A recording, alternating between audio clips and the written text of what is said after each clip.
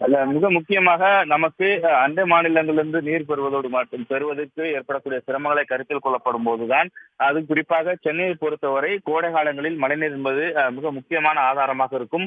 அதை தேங்கி வைக்கக்கூடிய ஏரிகள் தூய்மைப்படுத்தப்பட, அதாவது புனரமைக்கப்பட்டு மழைநீரை முற்றிலுமாக சேகரித்து வைக்கப்பட வேண்டும். அப்படி சேகரித்து வைக்கக்கூடிய நீரையும் சுத்திகரித்து குடிநீர் தேவைக்கு பூர்த்தி செய்யக்கூடிய வகையிலான சுத்திகரிக்கப்பட்டு பொதுமக்களுக்கு வழங்கப்பட வேண்டும்.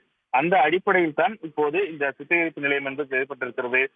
குறிப்பாக நாம் பார்க்கும் பொழுது சென்னையை பொறுத்தவரை செம்பரம்பாக்கத்திலிருந்து மட்டுமே பொதுமக்களுக்கு 530 மில்லி லிட்டர் சுத்திகரிக்கும் நிலையம் என்பது செயல்பட்டுக் கொண்டிருக்கின்றன.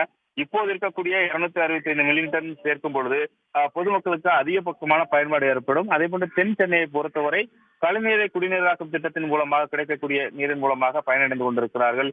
மற்ற ஆவடி, அம்பத்தூர், தாம்பரம், ஆலந்தூர் போன்ற பகுதிகளில் பெரும்பான்மையாளர்கள் செம்பரம்பாக்கம் நீர் ஆதாரத்தை மேம்படுத்தக்கூடிய நீர் ஆதாரத்தையும் முக்கியமாக கொண்டிருக்கும் காரணமாக அவர்களுக்கு இந்த நீர் என்பது கிடைப்பதற்கான வாய்ப்புகள் அதிகமாக இருக்கிறது. இதிலும் குறிப்பாக 2 பகுதிகளாக பிரிக்கப்பட்டிருக்கின்றன. செம்பரம்பாக்கம் குடிநீர் சுத்திகரிப்பு நிலையத்திலிருந்து சுத்திகரிக்கப்பட்ட குடிநீரை சென்னை மாநகருக்கு கொண்டு வருவதற்கு குழாய்கள் அமைக்கக்கூடிய 2 பகுதிகளாக பிரிக்கப்பட்டுள்ளன. ஒன்று 11.7 கிலோமீட்டர் நீளத்திற்கும், மற்றொன்று பூந்தமல்லி புறவழி சந்திப்பிலிருந்து கோயம்பேடு வரைக்கும் 9.2 கிலோமீட்டர் தூரத்திற்கும் 2வது பிரதான குடிநீர் குழாய்கள் பதிக்கப்பட்டிருக்கின்றன.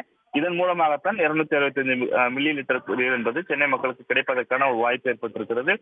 இந்த பயன்பாடு என்பது பொதுமக்களுக்கு மிக முக்கியமானதா பார்க்கப்படுகிறது. ஏனென்றால் இப்போது மழைக்காலமாக இருக்கக்கூடிய அதிக அளவிலான நீர்வரத்தும் செம்பரம்பாக்கத்தில் கிடைத்துக் கொண்டிருக்கக்கூடிய ஒரு சூழ்நிலையில் சுத்திகரிக்கப்பட்டு பொதுமக்களுக்கு இடையூறு இல்லாமல் இந்த நீரை வழங்குவதற்கான ஒரு வாய்ப்பாக இந்த நிலையம் என்பது தொடங்கி வைக்கப்பட்டிருப்பதும் குறிப்பிடத்தக்கது.